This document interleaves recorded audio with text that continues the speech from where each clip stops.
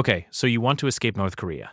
You have heard the stories. A defector crosses a frozen river in the middle of the night, walks through China, reaches Southeast Asia, and eventually lands in Seoul with a new identity and a fresh start. The whole journey sounds almost manageable when you compress it into a single sentence. Here is the problem. That sentence leaves out everything that actually matters. Because the gap between crossed the border and reached freedom contains months of survival, thousands of dollars in broker fees, and at least a dozen points where the entire thing can collapse permanently. Most people who think they understand the defector route understand the ending. They do not understand the structure, and the structure is where everything happens. Before you can talk about escape routes, you need to understand what you are actually escaping from. North Korea does not simply have border guards. It has a layered security architecture designed specifically to prevent unauthorized exit. The innermost layer is the inminban system, a neighborhood surveillance network where civilian monitors report suspicious behavior at the block level. Above that sits the Boibu, the State Security Department, which handles political crimes including attempted defection. Then there are the border security units, military personnel stationed along the Tumen and Yalu rivers with shoot-on-sight authorization for anyone crossing without clearance. Roughly 70% of defectors who are caught at the border are not caught by soldiers. They are caught because someone in their own community reported them first. That number matters because it shapes every decision a person makes before they even reach the water. The geography of escape is not optional. It is dictated almost entirely by where the borders are and who controls them. North Korea shares a 1,416-kilometer border with China and an 18-kilometer border with Russia. The Chinese border is where nearly all successful escapes originate. The southern border with South Korea, the 38th parallel, is not a realistic exit option. It is the most heavily fortified land border on Earth, with triple-layered fencing, landmines in sections, motion sensors, and patrols operating in overlapping shifts. The Tumen River corridor in the northeast is the primary crossing zone because the river narrows in certain sections to less than 50 meters and freezes solid enough to cross on foot between November and February. That 4-month window is the operational season. Outside of it, the crossing becomes significantly more dangerous and exponentially more expensive to arrange. The broker network is the part that outsiders consistently underestimate. Almost nobody escapes North Korea without a broker. A broker, called a broji in defector communities, is an intermediary who coordinates the logistics of the crossing, manages contacts on the Chinese side, and arranges the chain of safe houses, guides, and transportation that carries a person from the Tumen River to the Thai border more than 4,000 kilometers away. This is not a charitable operation. The going rate for a full-service broker arrangement from North Korea to South Korea currently sits between $3,000 and $10,000 per person, depending on the route, the broker's reputation, and the level of risk involved. In a country where the average annual wage is estimated at under $1,500, that figure is almost incomprehensible.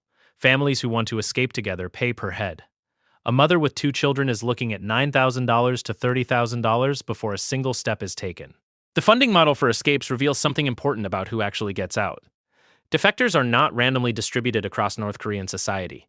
They skew heavily toward the northern provinces near the Chinese border, where black market activity is more developed, and cross-border economic contact has created networks of information and trust. They also skew toward people with family already outside the country.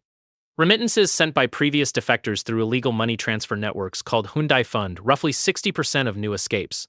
The broker fee for a second family member is often paid in installments by the first defector already living in South Korea, working and saving while the rescue operation is being arranged across 3 countries simultaneously. The crossing itself takes between 15 minutes and several hours depending on conditions.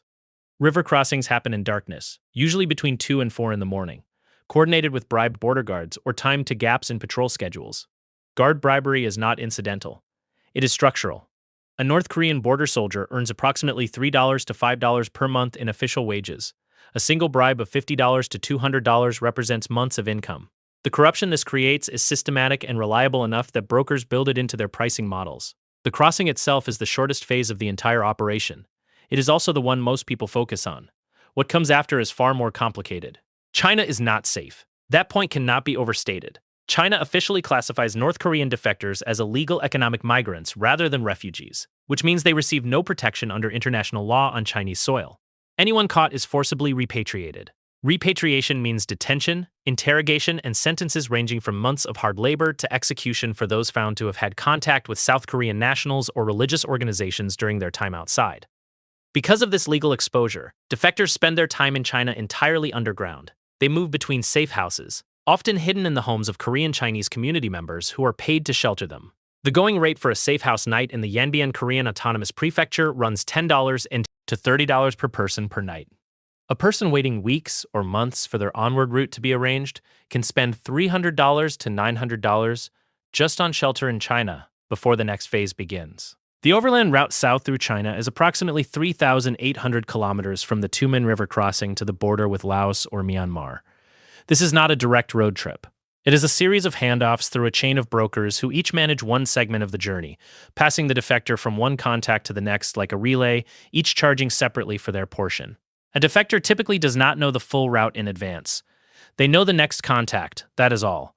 The route bends through Yunnan province in southwestern China, crosses through jungle terrain into Laos or Myanmar, and then continues south through Thailand to Bangkok.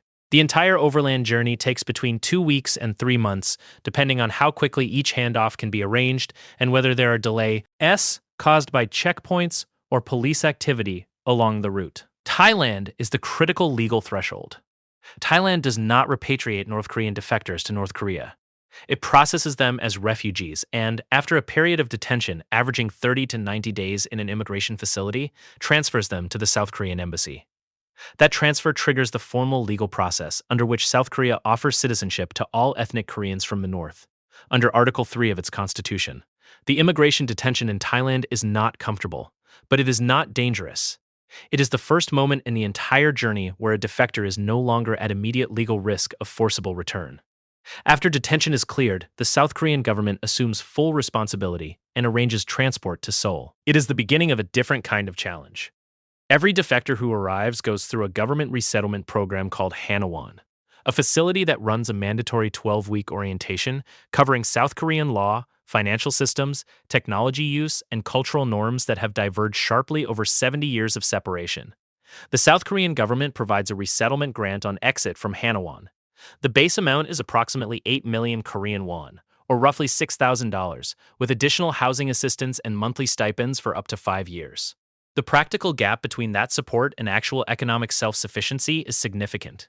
Unemployment rates among defectors in South Korea run 2 to 3 times higher than the national average. Wage gaps, credential non-recognized, self-sufficiency is significant.